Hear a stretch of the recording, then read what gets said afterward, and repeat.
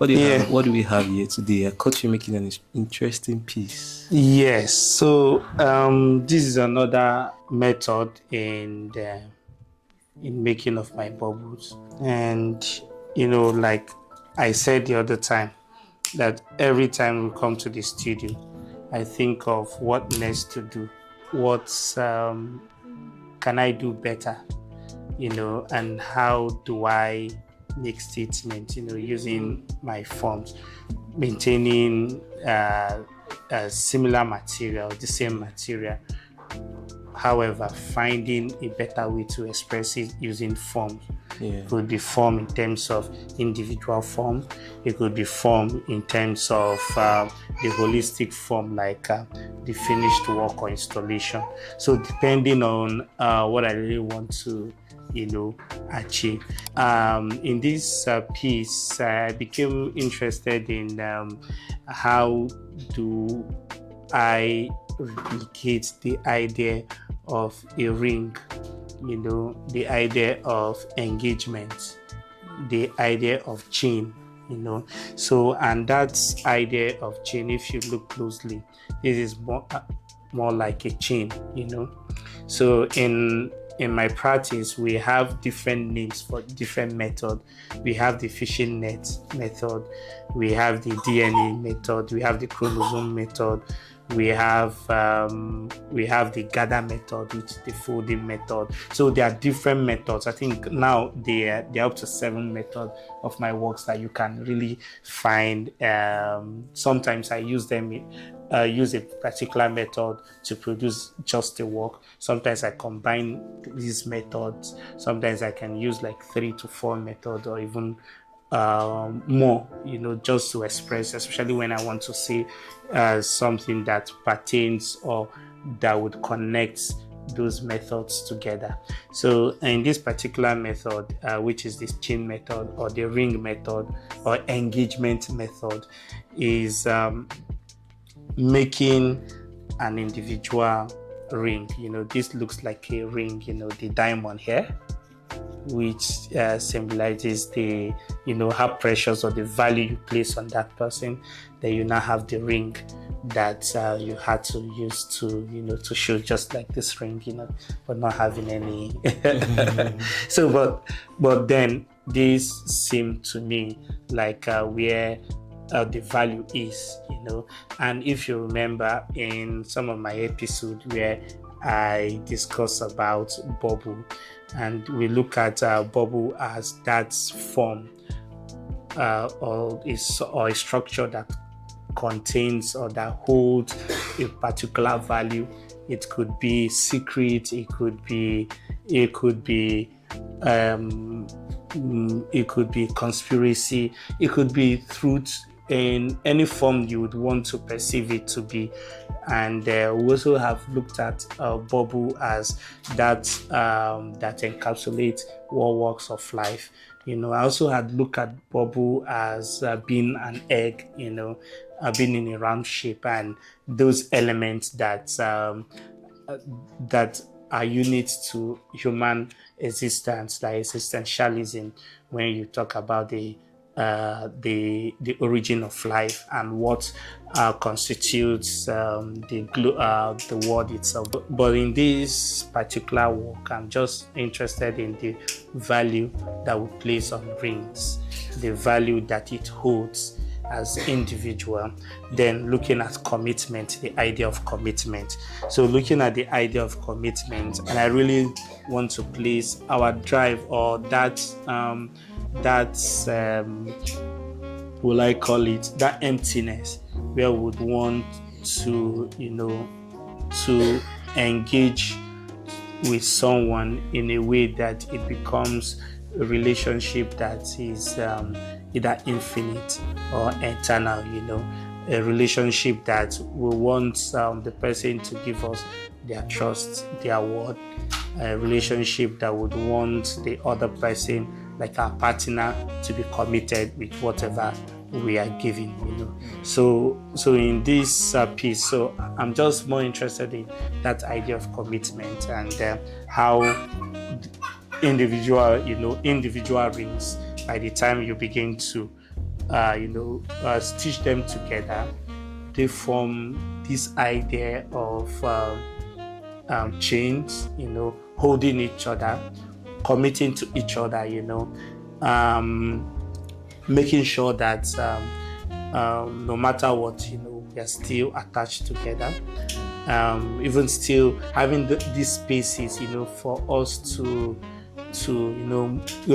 have our own spaces, but knowing that we are still committed to each other. So that is what I've been working on lately, and that idea. So, and having it in, like, developing it into tapestry, or either for now I'm still working and hoping that the idea comes out the way I would really want it to, and then I can now decide what final form I would want it, or final installation I would want it. You can see it can be both sided, both front, back, side. So, but I'm sure when I'm able to finish, then we can now see the finished piece at the end of the day, and different stories that it would carry. Just like it could be a community of people, it could be our engagement with our work, our partners, the earth as human. So yeah. An interesting one you had there, telling us how the bubbles represent and what the ring also represents. I understand it represents commitment, and then still gives us room to breathe as individuals, which is unexpected, but fine as it may be. So right now, I want to know something. Are these colors was it a standard pick, or it just blended with the idea you had in your head? Or is there anything you just like to tell us about the colors? I think primarily in my work, I try to find colors that are not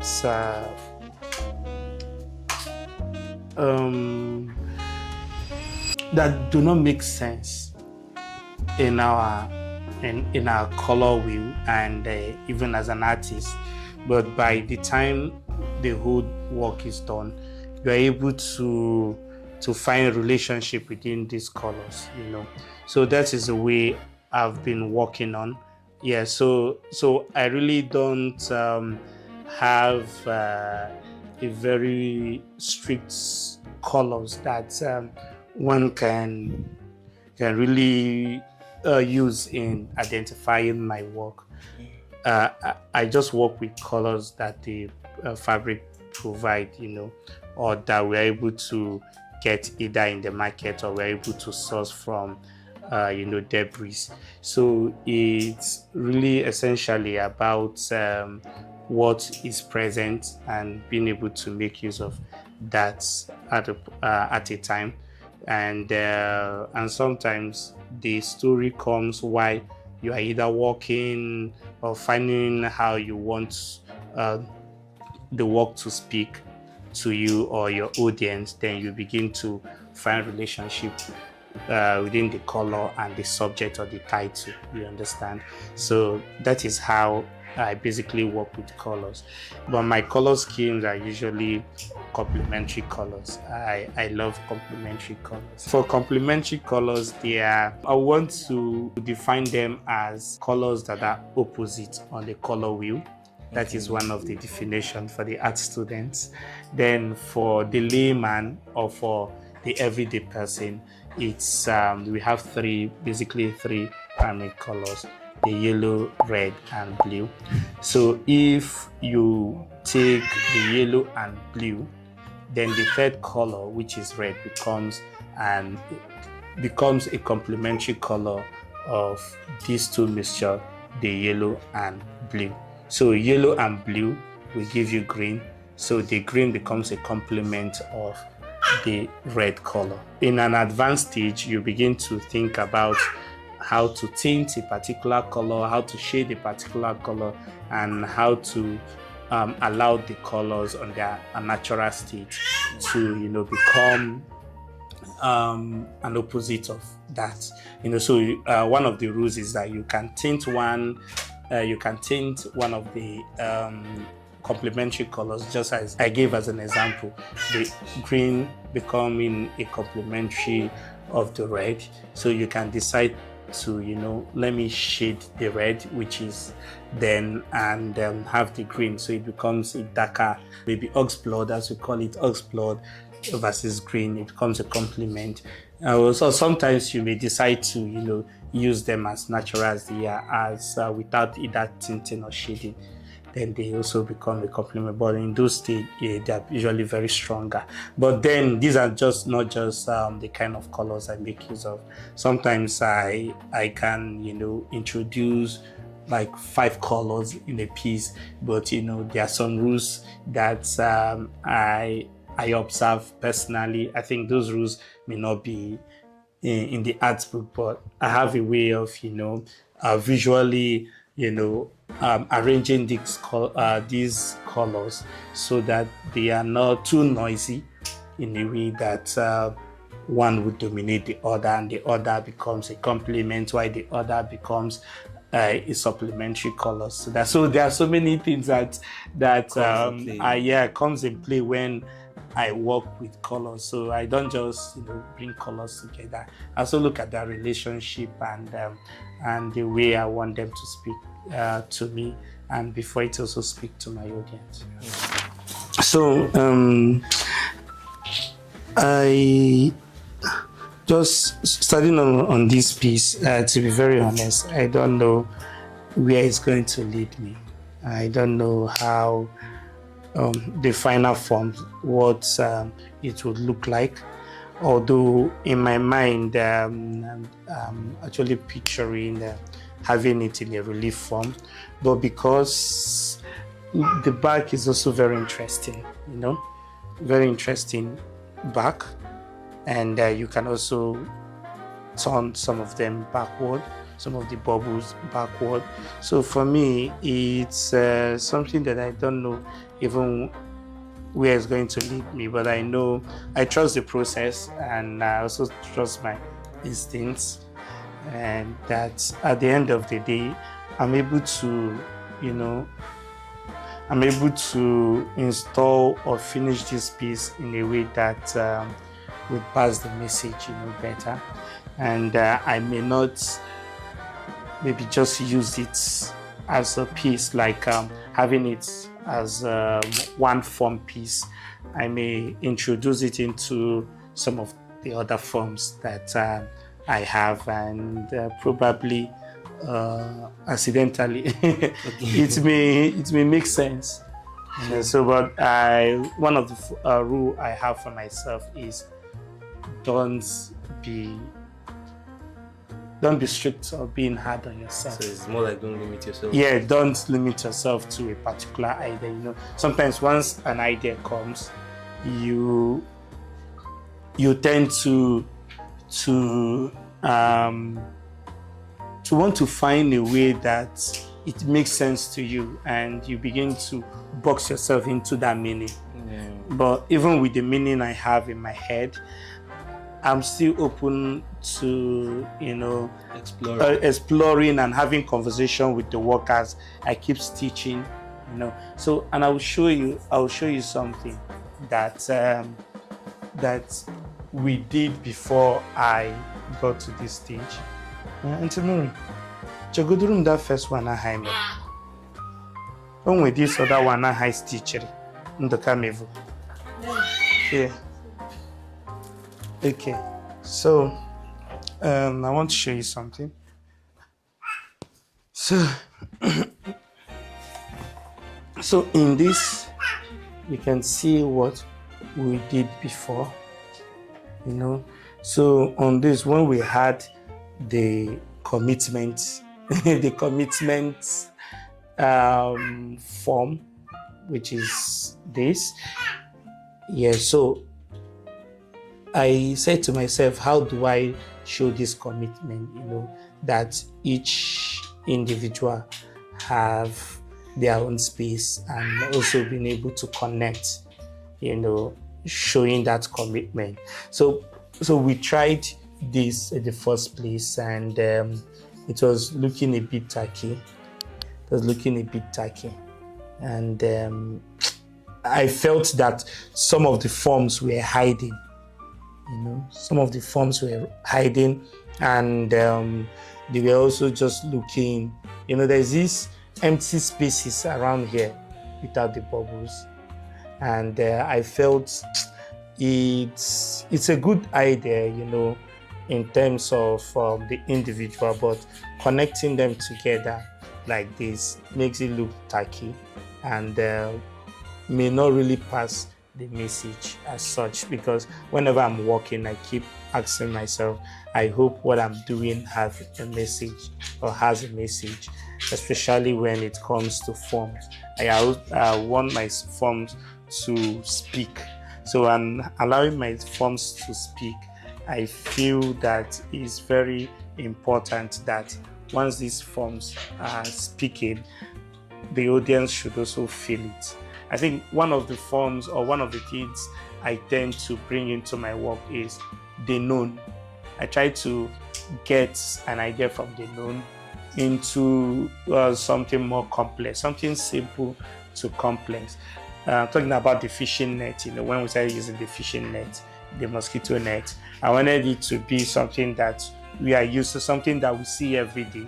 Then bringing it into the studio and being able to, manipulate them or create them in a way that it connects with the original idea of the material. By the time I did this and my studio hands were able to do this, we noticed that it was just clumsy and tacky.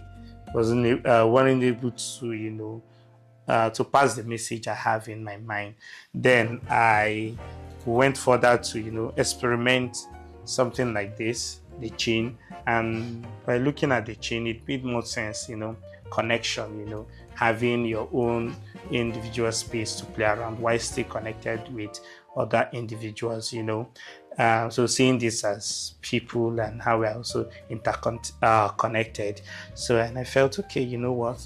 Let's try this in a bigger scale to see how, and it's turning out. And with this, it's even if we have it in a very large scale of maybe let's say 10 meters, I'm sure this would still be very firm, without anything pulling. I really think coming every day in the studio, engaging with the studio hands and thinking of what next to do every day. What do we introduce that makes sense? The collective story of everybody here. It's also looking like there's this connection chain in chemistry that you'd have that has this kind of form. If you notice, I've used more of the scientific forms more. You talk about cells, you talk about chromosomes, you talk about molecules, you talk about so many scientific forms I've actually introduced into my works, and I think I'm enjoying that process and allow myself to immerse in the creative process.